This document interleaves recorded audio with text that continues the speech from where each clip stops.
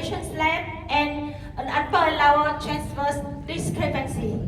Also by crowding an upper and lower arch. So here are her initial X-ray. The cephalometric show on of her skeletal discrepancy with a severe glass tooth,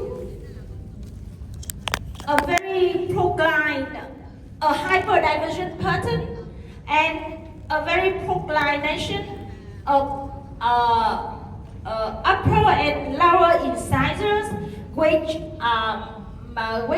make her profile aesthetic is very bad, with a very retrusion of the chin.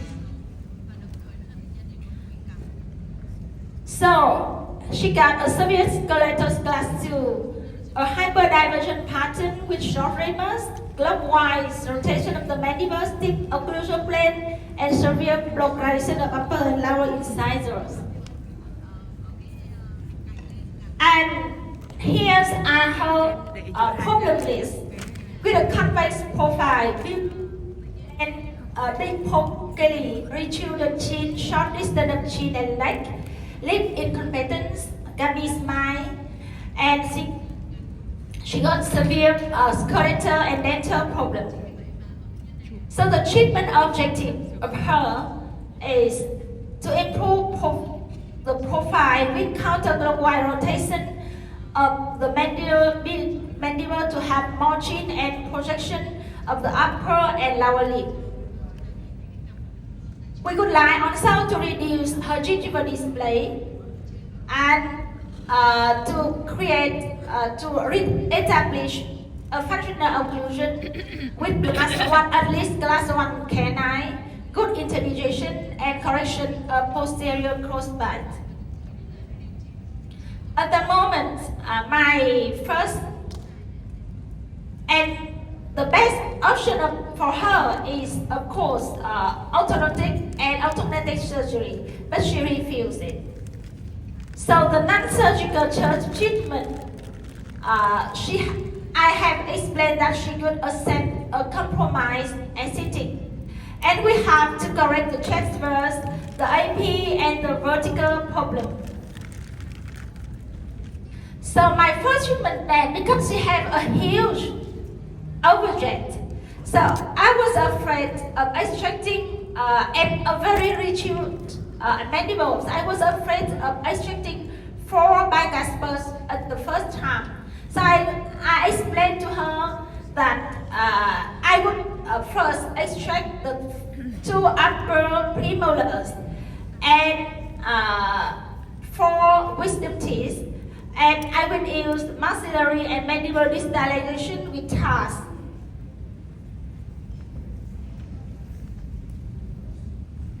And also because of the transverse problem, I have decided to make an expansion for her.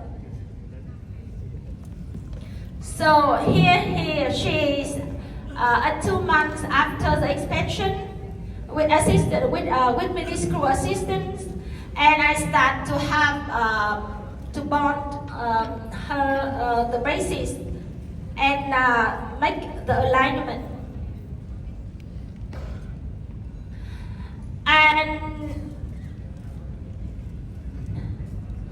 And then I make first the extraction of upper premolars, and I use the mechanics that I have explained with the lower hoops and the minuscule between the premolars and the second premolars and the first molars. And after 6 months of retraction, I checked her again, and I said to myself, wow, her aesthetic is not improved. I have to do something more because her aesthetic is not very well improved. Even she got a little bit correction of the upper arch and the close of the open bite, but she's not Good. And here's her cephalometric at 15 months of treatment, where she still have a very rigid chin and very proclination of the lower incisors. And now I have to make her extraction of 2 additional lower incisors. And on the upper, I will make a maximum move anchorage again using drill mini screw on both sides. And in the lower, I will recheck the lower incisor, but we will use moderate anchorage.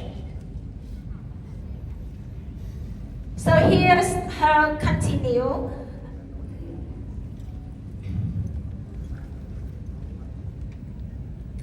And at 30 months, and I can debond her at 70 months of treatment.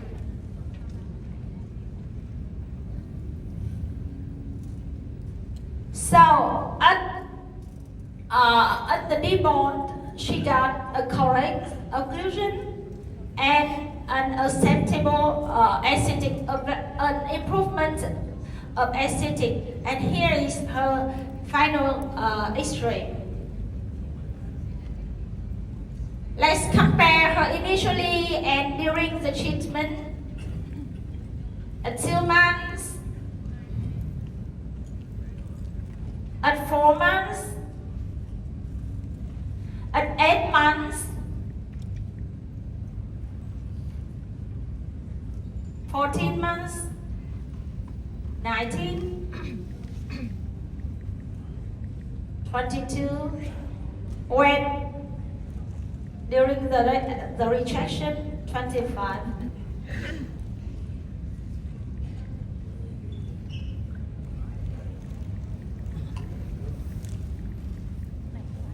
And 37 months at debond.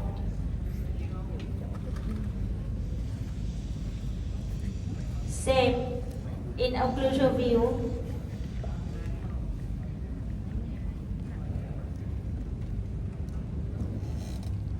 It doesn't work.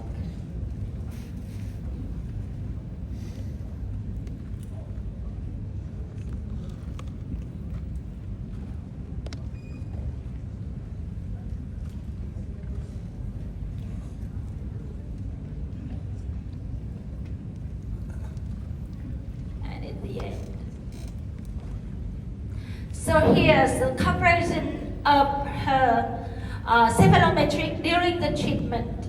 We can notice from the initial self and the second one, we have a steeper occlusion plane, and until the last one, we are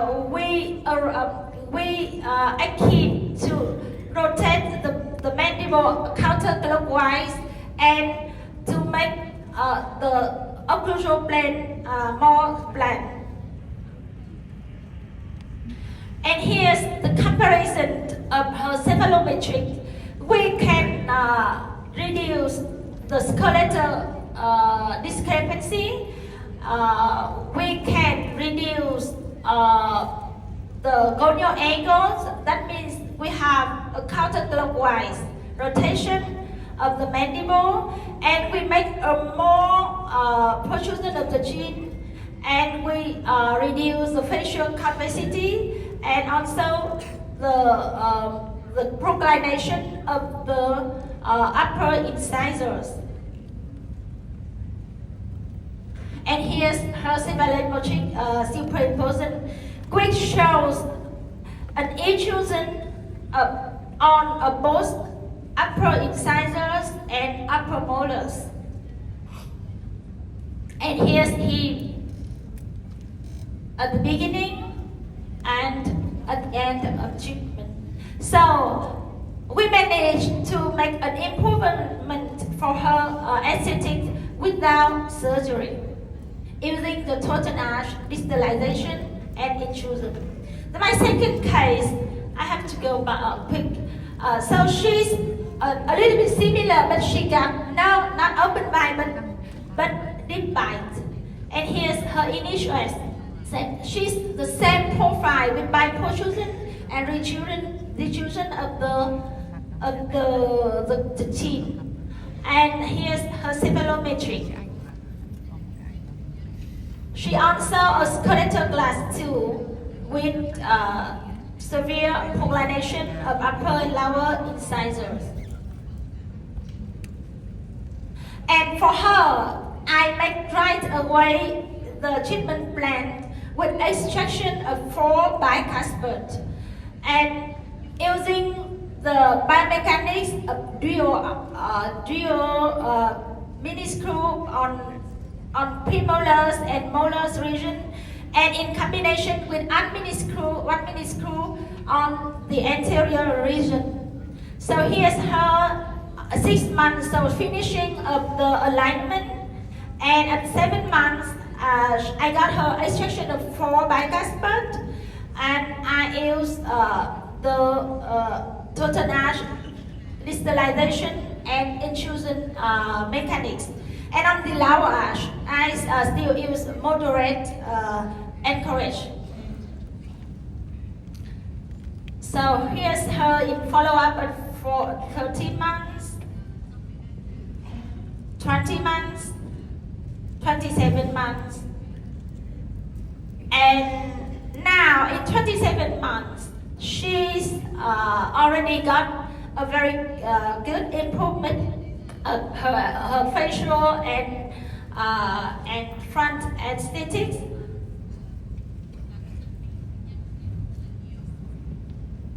She looked much more confident. And here's her cephalometric at 27 months. So I will have still 2 or 3 months to finish her case. But she's ready to go now for the final finishing and debonding. So here's a comparison of her start in 6 months, 7 months, 13 months, 20 months, and 27.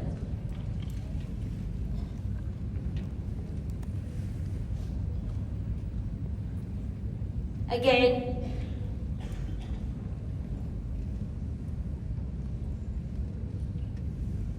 in the occlusal view,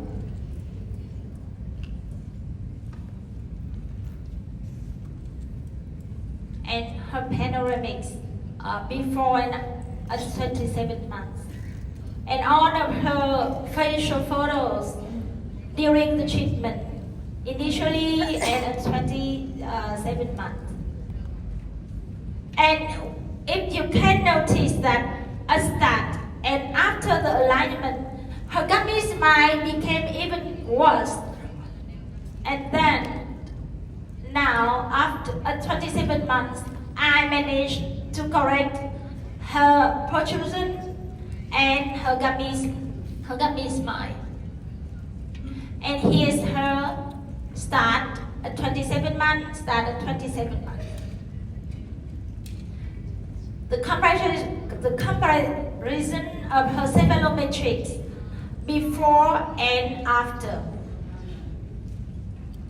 And the superimposition shows also an intrusion of upper incisors, a counterclockwise of the mandible, which led to her improvement of the aesthetic. The final question is this treatment stable? And I found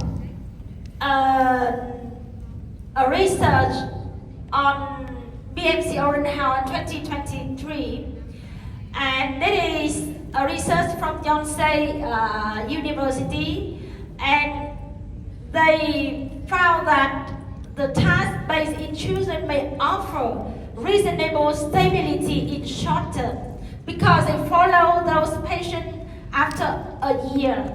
So we still need a result from long-term research. And this is why in Kevin O'Brien blog, ask the question, total age in children with tasks.